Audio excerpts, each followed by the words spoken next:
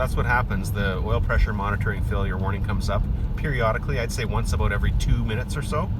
And then the warning will go away, but that little oil pressure symbol will still be there for a few minutes, or a few seconds.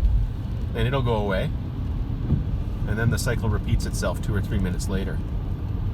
Doesn't seem to be RPM dependent, doesn't seem to,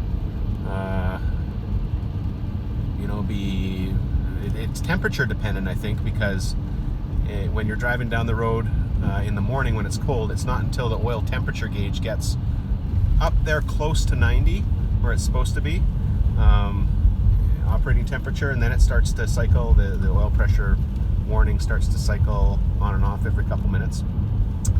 So that's what's going on. It's intermittent. I don't think it's an oil pressure issue. I think it's a signal issue. I'm hoping it's the sender, but we'll find out. In the fuse panel to the left of the steering wheel, you get a little screwdriver in here. I've started it, and then you can just pull this straight out. There's clips that hold that on. Seems silly to me that you need a screwdriver to remove a panel for fuses, but another Porsche quirk. Fuse number 40 is, I read on a forum somewhere that sometimes if you have sensor issues like oil pressure monitoring faults, ABS, a bunch of other things, fuse number 40 resets the basically the, I forget what it's called, I'll leave it in the description below, the multifunction module or whatever. So fuse 40, they're numbered here. You can see is one row up from the bottom, then 38, 39, 40, so 3 in. So one row up, 38's blank, 39, 40. It's this 5 amp one right here.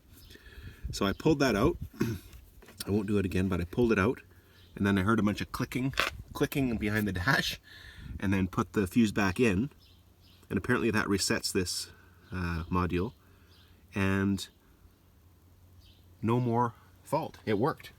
So I had bought the oil pressure sender from Pelican. I sent it back because the fuse trick worked this time.